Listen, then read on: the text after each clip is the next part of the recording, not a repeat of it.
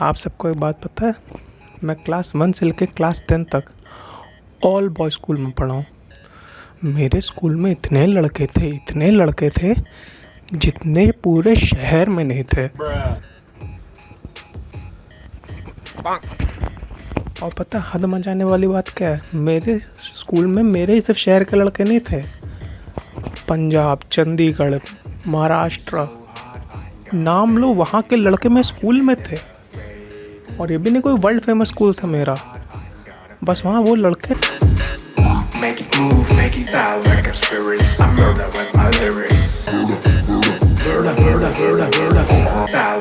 पर चलो क्लास 8 तक ठीक था, ठीक क्लास 8 तक मैम थी, ठीक। अब भाई साहब ऑप्टिमिस्टिकनेस अपनी जगह है, क्योंकि हमें पता हम इम्प्रेस करेंगे मैम को। एक पढ़ लिख के तो कर नहीं पाए थे, तो हमें लगता था कि मैम का अगर हम ऐसे बैग उठाएंगे और उनके साथ चलेंगे तो वो भाई साहब अपने पति और बच्चे को छोड़ के हमारे पास आ जाएंगी। अब यहाँ से समझो क्लास 8 का एक लड़का, ठीक, जिसका खुद का वज़न 35 kg, 15 kg का अपना बैग टांग रखा है। टीचर को इम्प्रेस करने के लिए उनका 50 kg का बैग उठा लिया। मन में ख्याल है कि बस थोड़ा सा और वजन, बस थोड़ा सा और झेल लूँ, फिर ये तो मेरे पास आएगी अपने पति को छोड़ के। भाई साहब कुछ ज़्यादा नहीं हो गया ये? मतलब कुछ भी। पता है क्या, जो मैं स्कूल था उसका एक नियम था कि जो सीनियर्स हैं वो कभी जूनियर के साइड नहीं जाएंगे। रैगिंग रीज़न हो सकता है, कुछ भी रीज़न हो सकता है। तो हमारे यहाँ 4 पार्टीशन थे, 1 to 5 junior section, 6 to 8 upper junior section, 9 to 10 was semi senior and 11 to 12 was senior, ठीक। तो समझ लो कौन किसका जूनियर सीनियर हो गया, ठीक।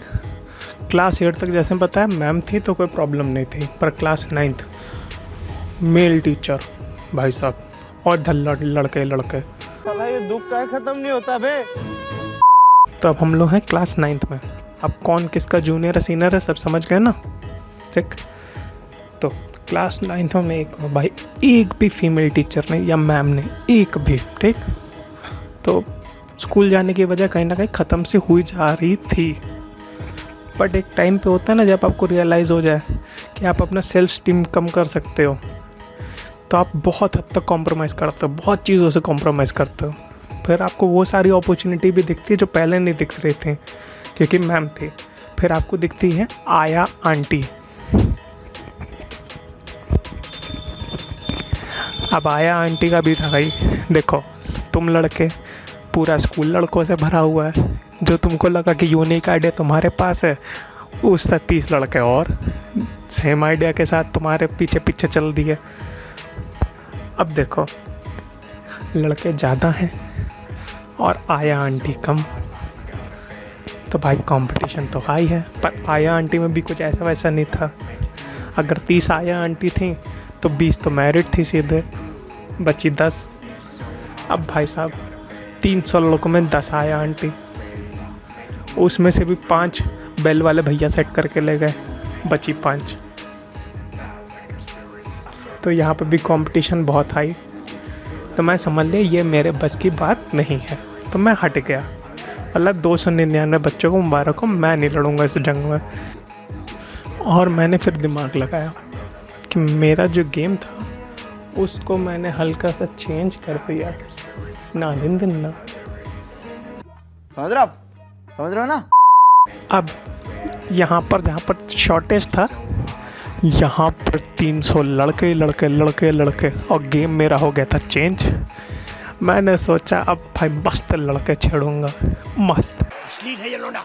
हर एक क्लास में एक ऐसा बच्चा होता है ना जिसको पढ़ाई लिखाई से तो मतलब नहीं होता, उसका बस एक काम होता है, एंटरटेनमेंट। मैं एक बात और बताना चाहूँगा अपने स्कूल के बारे में। ये पूरे स्कूल में सिर्फ क्लास 9th में जो थे उनके लिए था कि हमें एक छुट्टी मिलती थी नोन एज लॉन्ग हॉलीडे। इसमें क्या था, इसका कॉन्सेप्ट ये था बेसिक कि हमारी जो बिल्डिंग थी उसमें 2 सेक्शन थे, एक 9th वालों का था, एक 10th वालों का था। तो 10th वालों का बोर्ड आराम से बीत जाए इसीलिए 9th वालों को जल्दी पेपर करवा के फ्री करते थे, और वो फ्री टाइम लॉन्ग हॉलीडे में काउंट होता था। मोस्टली अब मतलब मार्च अप्रैल छुट्टी होती थी हमारी, ठीक। नहीं, मैंने अपना गेम चेंज कर दिया है और लॉन्ग हॉलीडे आने वाला है।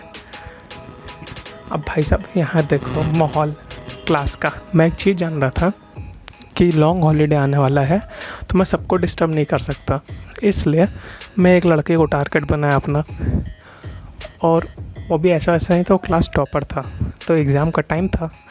तो भाई मैं उसको मस्त छेड़ा एकदम, और जितना छेड़ा ओए हो बड़ा मज़ा आ रहे थे। जैसे एक बार की बात है, मैं उसके पास गया और उसके शुरू हो गया अपनी हरकत करना। उसकी हालत ख़राब कर दिया मैंने। वो मुझे सामने हाथ जोड़ के बोलने लगा कि भाई छोड़ दे, मुझे छोड़ दे, तुझे क्या चाहिए। मैंने बोला ठीक है, एक शर्त पे छोड़ दूंगा, मुझे बस 4 चीज़ें ला के दे दे। वो बोला बोल क्या। मैंने बोला सुन, आन बान शान और समझ रहे हो?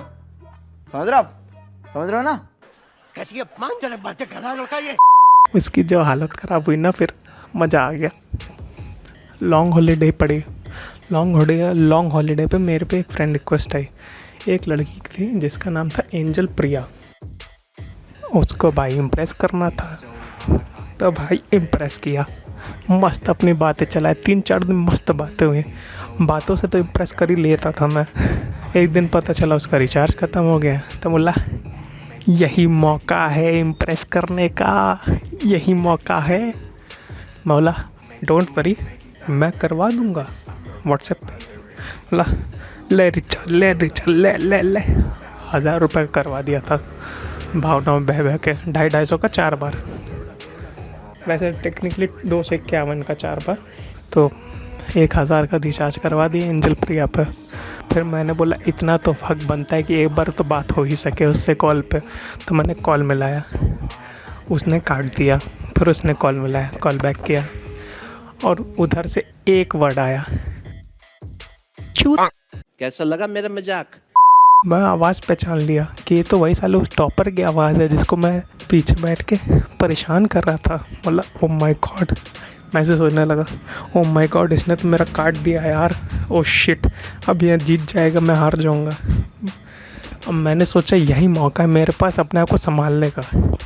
मैंने बोला साले तू है ना, मुझे पता था तू है, इसलिए तुमने 1000 का रिचार्ज करवाया ना बे। बोला क्या बोल रहा है बे तू। बोला मेरी जान तू ही तो था, इसीलिए तो 1000 का रिचार्ज करवाया, क्योंकि तू ही तो देगा मुझे आन बान शान और